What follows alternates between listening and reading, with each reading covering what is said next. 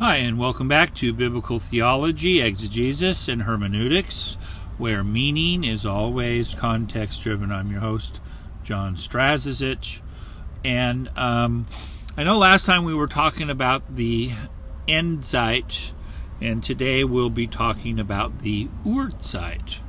And you may be wondering what I just said, but there's a saying in the German language, Urzeit und Endzeit.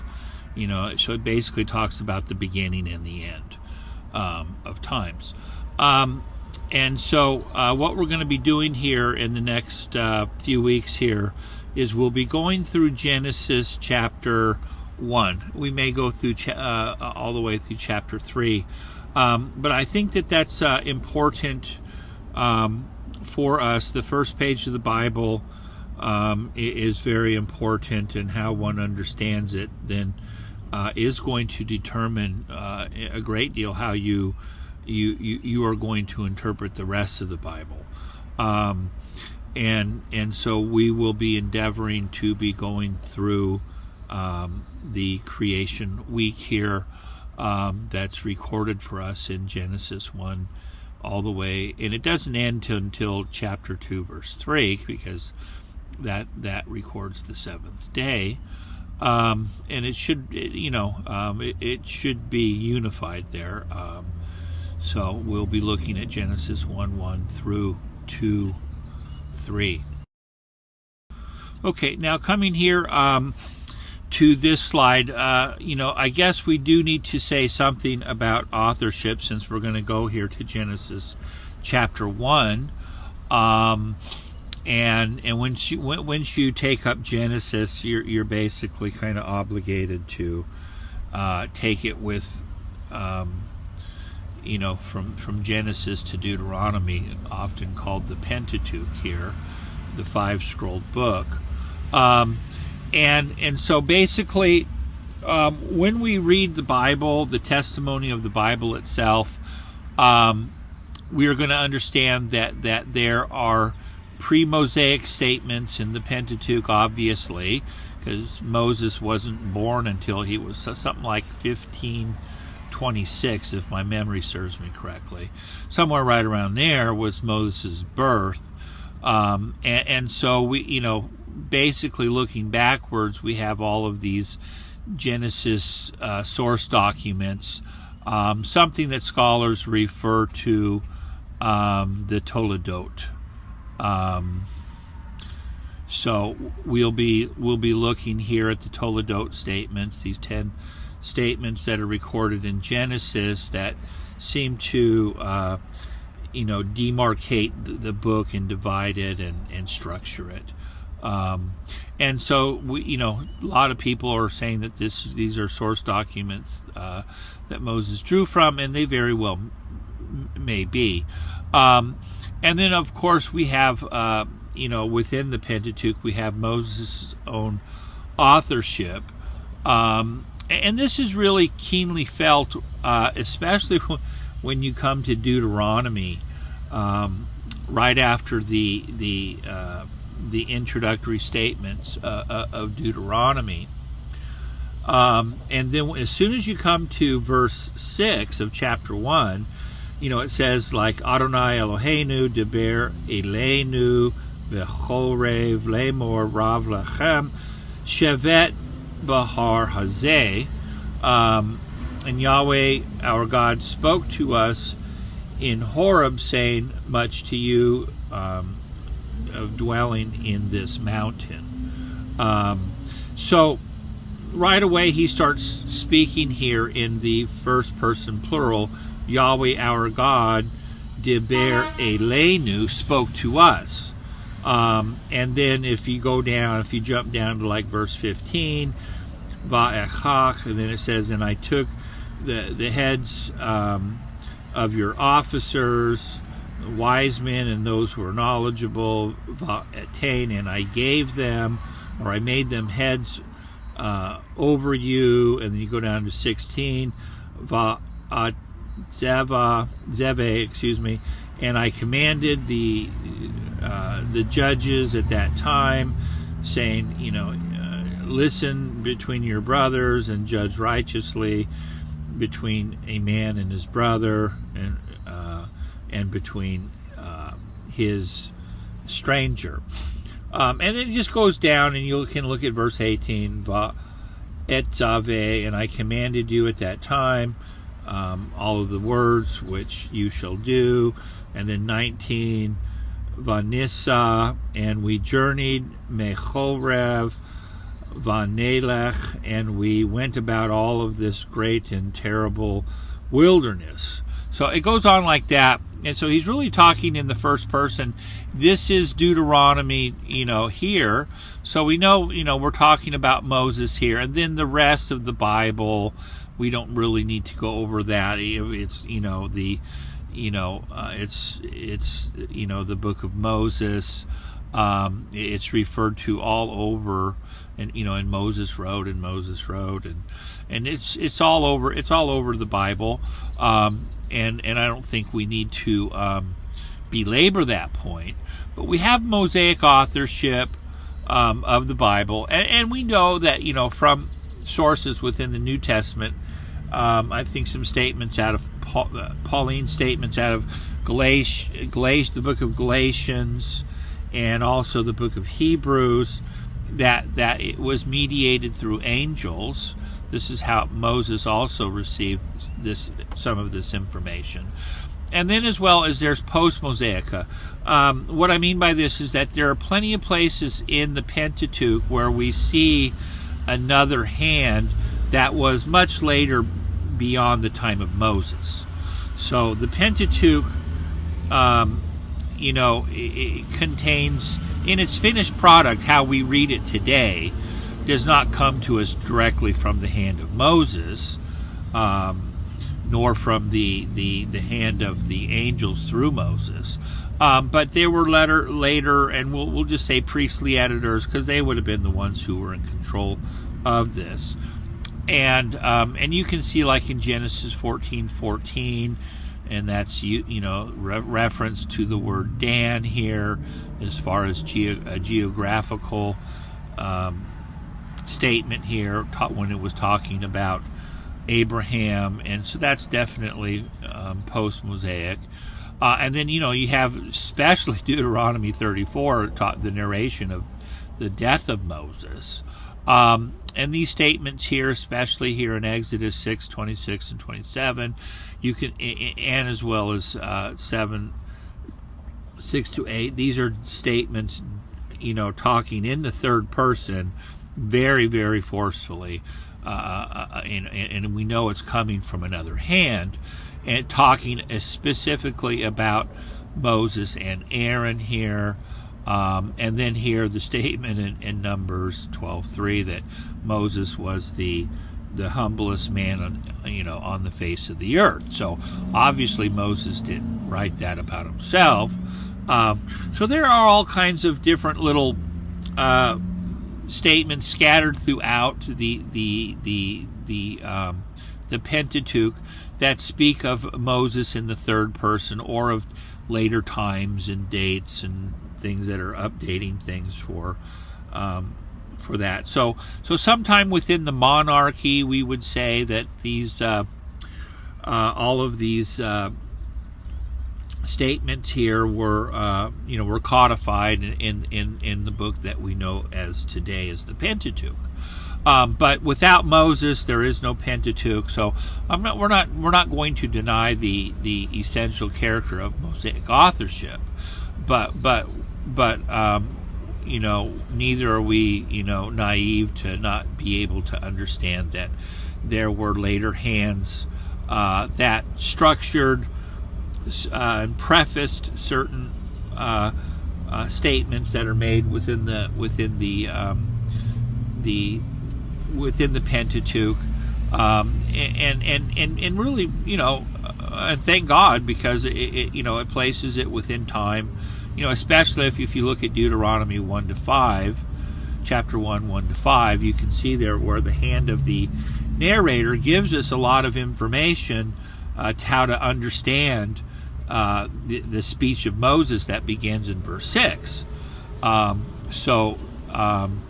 So this right here is very important. And then how it the same hand tells us about the death of Moses.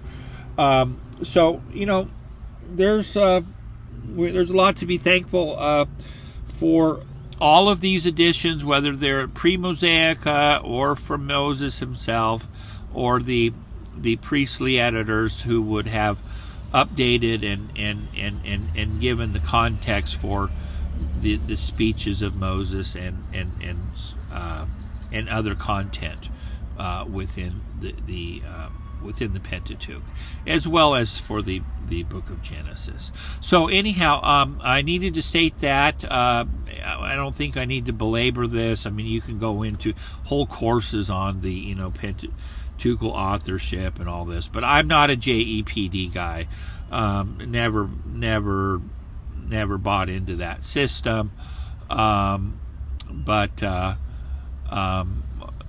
It was an attempt of critical scholars trying to understand how the Pentateuch was put together. But pretty much the JEPD theory is pretty much languishing, and it's a thing of the past.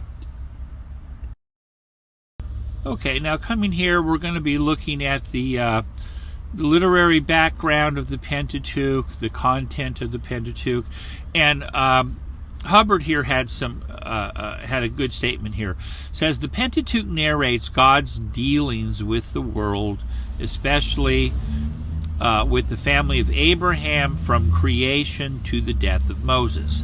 Just a very, very simple observation, but that's really important. That's basically, in one big long statement, how you can understand the Pentateuch.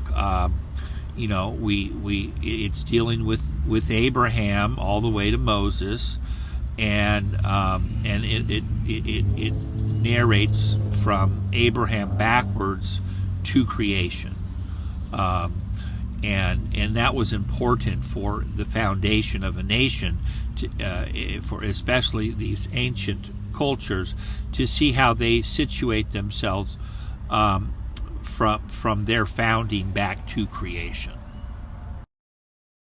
Okay, now coming here, Klein's here basically, pretty much has the theme of the Pentateuch down here, and this is pretty much most scholars are pretty much in agreement here with the following statements here made by David Kleins. The theme of the Pentateuch is the partial fulfillment, which implies also the partial non-fulfillment of the promise or blessing of the patriarchs. The promise has three elements: posterity, divine human relationship, and land. The posterity element of the promise is dominant in chapters of Genesis 12 to 50, the relationship element in Exodus and Leviticus, the land element in Numbers and Deuteronomy. So this is one way to conceive of the Pentateuch here, and he was looking here at this partial fulfillment of the promises of God to the patriarchs, and also their the non-fulfillment, because basically the Pentateuch never ends with them on the plains of Moab, and it's not till you get to the book of Joshua where you see them going into the promised land. So it is about to be fulfilled, and so this is some statements that scholars are pretty much in agreement with what Kleins here has to say. Okay, now coming here, a little digested version of Klein's proposal for looking at the Pentateuch here. We could say that the theme of the Pentateuch is the partial fulfillment of the covenant, which incorporates the promises to the patriarchs. These promises have four essential elements: blessing, posterity, covenantal relationship with God, and the promise of land. And I think most scholars are going to feel very comfortable here with this here. So some version of this is basically the current iteration of how to understand the theme here of the Pentateuch. But it would incorporate these things here, under the headship here of God electing Israel, starting with Abraham, and moving forward. So this is this is how we are to understand Genesis through Deuteronomy. Okay, now this particular slide is very, very, very important, because if you understand these 7 major literary sections of the Pentateuch, then you have a very firm grasp of the Pentateuch. And so we're going to look here at the literary frame of the Pentateuch. And so, just looking at it, and these are going to be macro structural elements here of how to view the Pentateuch.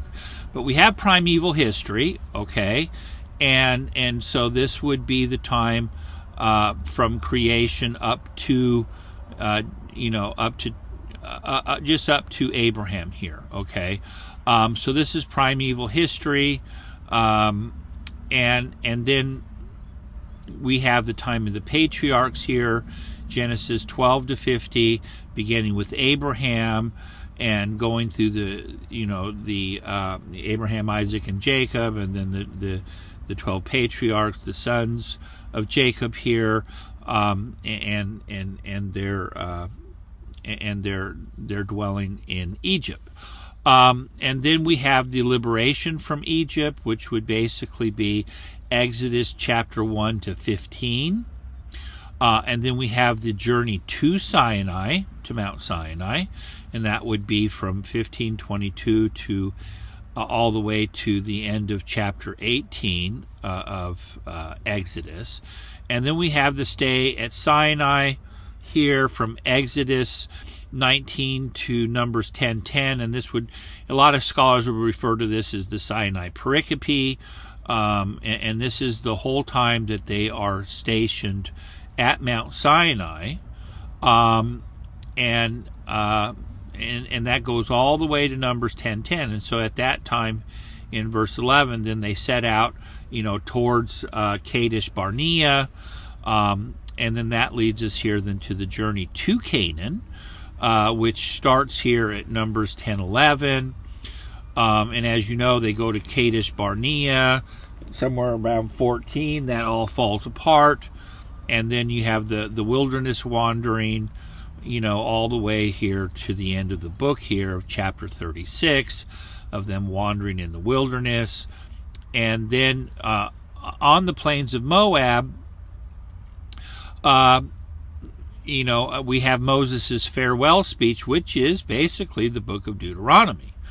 So then at the last month of his life, he recounts, you can go to Deuteronomy 1:6, and then Moses basically gives his rehearsal of all his dealings, with them, from Egypt all the way to the plains of Moab. And then so it's his last words, it's his swan song here. But these 7, if you can conceptualize the Pentateuch this way, it would really help you in processing and understanding the mechanics of what's really going on in the Pentateuch. So again, we have the primeval history, patriarchs, liberation from Egypt, journey to Sinai, then the Sinai Pericopy, that's the stay at Sinai. And here they have the instructions for the building of the tabernacle, and then its erection on New Year's Day, after a year later after coming out of the land of Egypt, and they set up the tabernacle, and then they're there for a total of about 2 years, and then there's the journey to Canaan, and then basically Moses' farewell speech is basically the last month of his life, and he's basically going over he's committing the nation to God and to the covenant. So this is it. This is the literary frame of the Pentateuch. It's great. You should make avail yourself of this particular slide. Okay, now coming here a little bit more just specific to Genesis here. This is a very good way to understand the structure of Genesis vis-a-vis the Toledoth sayings that began here in 2:4, and then 5:1 and 6:9 and 10 and so on. So basically, we've essentially got these 10 Toledoth statements. We got the first Pentad here within chapters 1 to 11. Which nicely works, with the primeval history period in the book of Genesis, and then the second Pentad, dealing from the time of Abraham all the way down to Abraham, Isaac, Jacob, and the 12 patriarchs, and so it nicely the Toledoth statements nicely work with.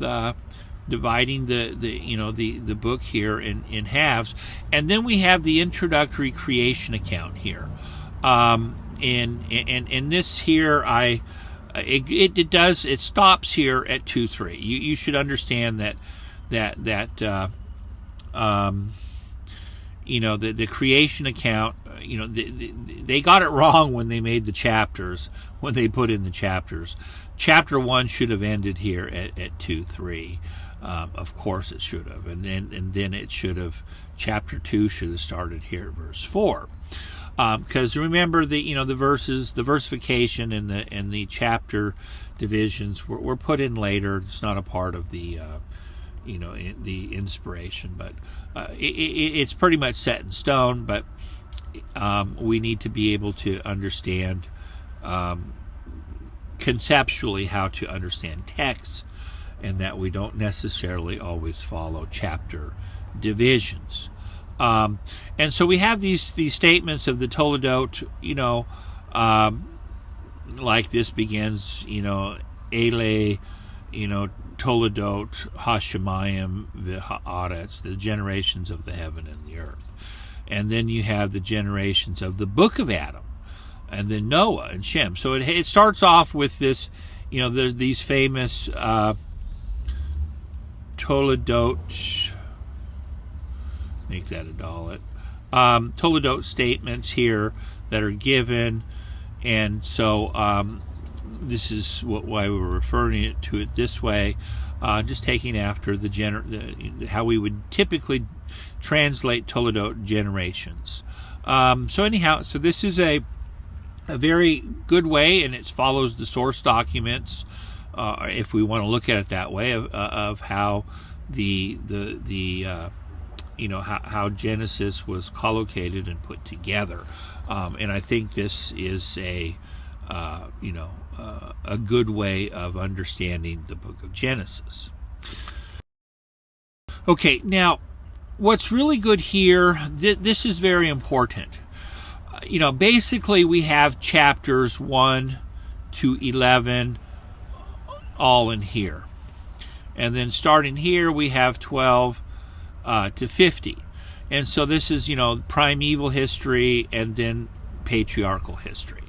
Okay, so we have the founding of the nation here with Abraham, okay, with the patriarchal narratives in chapter 12.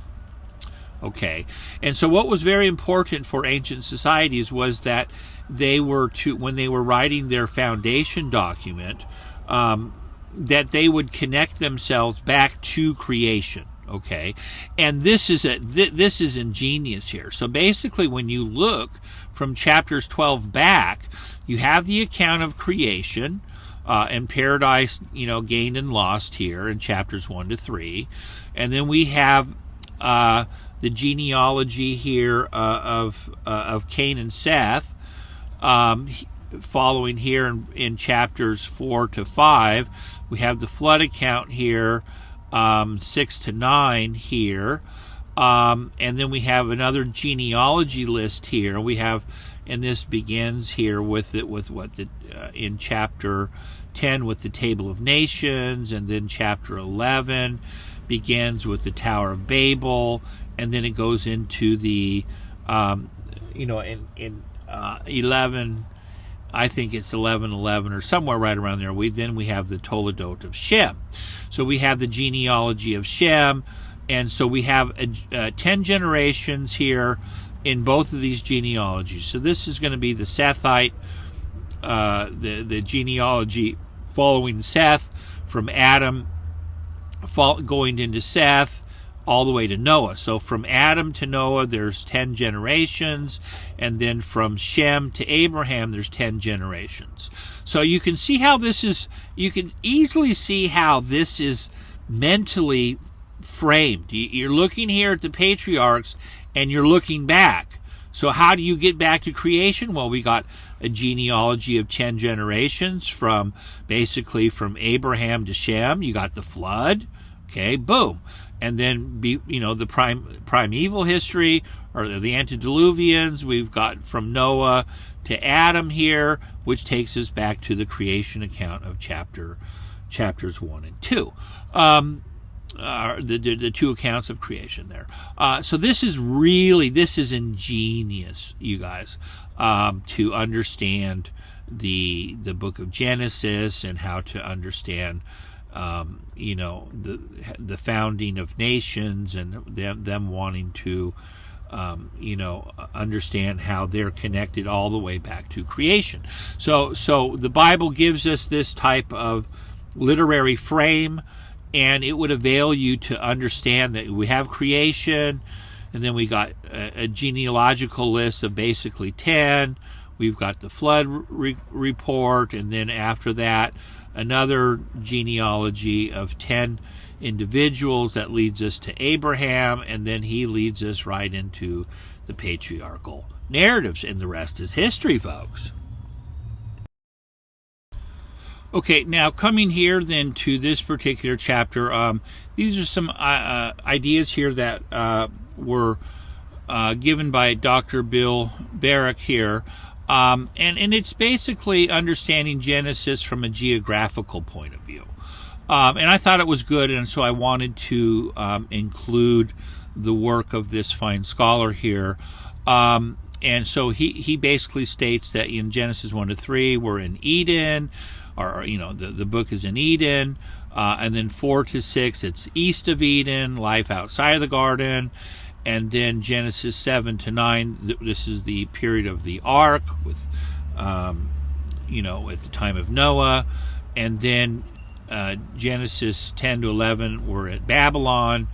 And then 12 to 36, it's Ur and Canaan, basically, the calling of Abraham to go to Canaan. And then we have the sojourn in Egypt at the time of Joseph.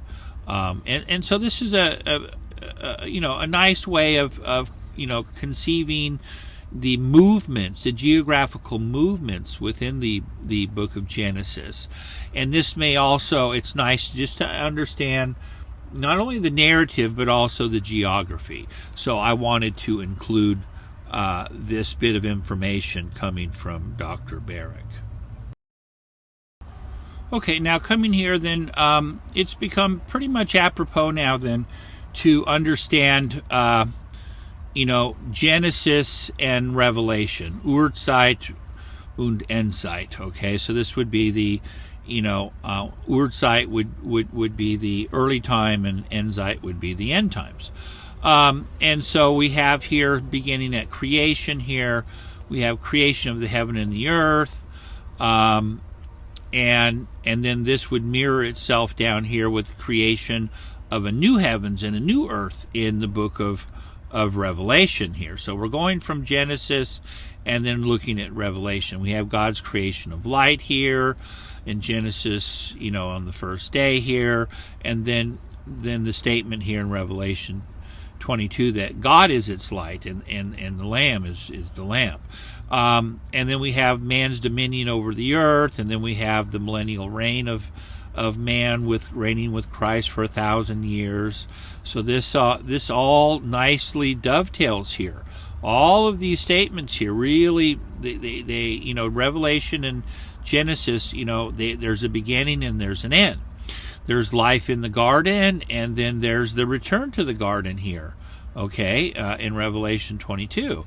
And that there is, the curse came, and they were driven from the garden, and then when you look here, then there is no longer any curse in here in the new heaven and the new earth, and they're back in the garden without any curse. So we're back here. So basically, Revelation is paradise restored. We had paradise lost here in the Ur site. It was originally given, it was lost. It was the garden gained and the garden lost. And then so the story of the Bible is how are we going to get this back? How are we going to get back to the garden? How are we going to get back to where God makes everything right? And that's the whole story. And you got to remember that the book of Genesis tells us everything about history. God is going to restore history, that through Abraham, all of the families of the earth will be blessed. So the whole story, the whole gospel is told within the book of Genesis. That's why we're working in the book of Genesis. It is so important to see that, we can all see how the world's not going to last very long with all the crazy things that are going on. And we're, a lot of people are just questioning, our hours, how much longer are we going to survive? And what does God have to do with all this? Well, God's going to wrap up history just like he said he did. He's going to here in the book of Revelation. So it's all about the story of how God brings redemption. But the book of Genesis is foundational to everything. And that's why I want to go over this, you guys. You cannot stress the importance of the book of Genesis. Okay, everything is built on Genesis. It's the choosing of the Jewish people with Abraham. Okay, and then how God is going to then redeem the earth through this. Through Abraham, and through him, all the nations of the earth will be blessed, and that's the gospel right there. And so this is why it's so important then to study the book of Genesis. Okay, this is biblical theology, exegesis, and hermeneutics, where meaning is always context-driven. Please like, share, subscribe, and comment. And also, folks, this is just an intro here to, coming to, dealing with the first chapter of Genesis. But I just wanted to make this its own presentation here, because it begins, you have to do some type of presentation now. And I know this was short, but it's short and sweet and to the point, and hopefully it covered things. If you want to comment on some major lacunas that I made, please go ahead and state that, and if you liked it as well.